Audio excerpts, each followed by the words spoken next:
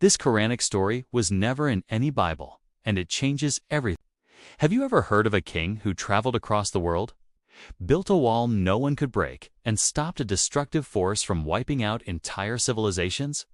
Sounds like mythology, right? But this isn't a legend. It's not in the Bible. It's in the Quran, Islam's final revelation. And this one story, found in Surah Al-Kahf, is not only missing from every biblical text, but it changes the way we see justice, leadership, and even the end of the world. Stay with me, because once you understand it, you'll realize the Quran holds truths you were never told. Let's begin with a name, Dhul-Qarnayn. Mentioned in the Quran, chapter 18, verses 83 to 98. He was a ruler, but not like the dictators or emperors you read about in history books. The Quran describes him as someone whom Allah himself empowered. Indeed, we established him upon the earth, and we gave him the means to everything. He used his power to travel, not for conquest, but to spread justice. He went west, where he saw the sun setting over a dark, muddy spring. He went east, where people had never even seen shade or civilization. And everywhere he went, he judged fairly. He helped the weak. He didn't ask for wealth. He acted for the sake of righteousness. Now ask yourself, why would the Quran tell us this story in such detail, if it weren't deeply relevant? And why does it not exist in any version of the Bible? On one of his journeys, Cain came across a civilization in fear. They said to him, "O Dhul-Qarnayn, Gog and Magog are causing corruption in the land. Can we pay you to build a barrier between us and them?" Gog and Magog. In Arabic, Ya'juj and Ma'juj, a destructive force, corrupt, powerful, and unstoppable. Dhul-Qarnayn responded with something incredible. He said, "What Allah has given me is better, but help me with strength, and I'll build a wall between you and them." He didn't ask for money or titles. He asked for manpower.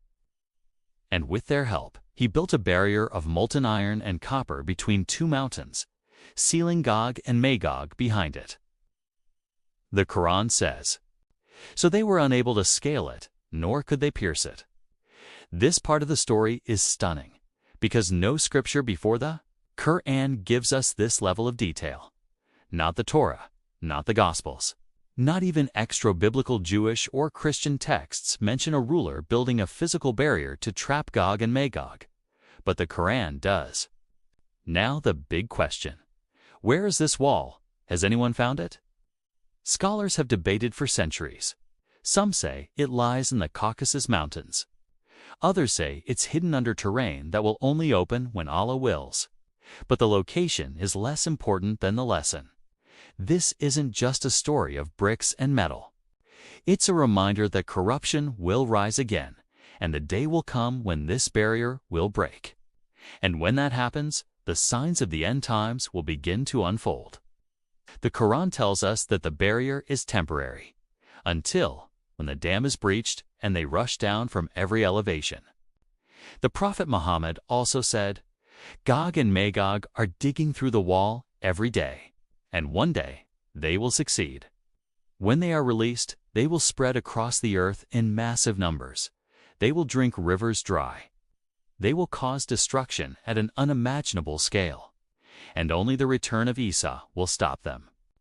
This story connects with the end of times, global chaos, and the final battle between truth and falsehood. And none of it, exists in any Bible. Now you might wonder, why did Allah include this story in the Quran? Because the Quran isn't just a book of laws or spirituality. It's a book of reality. A book that tells us about what came before us, what's happening now, and what's coming in the future. This story of Dhul-Qarnayn shows us what real leadership looks like. It teaches us that power is a test, and how you use it defines your legacy.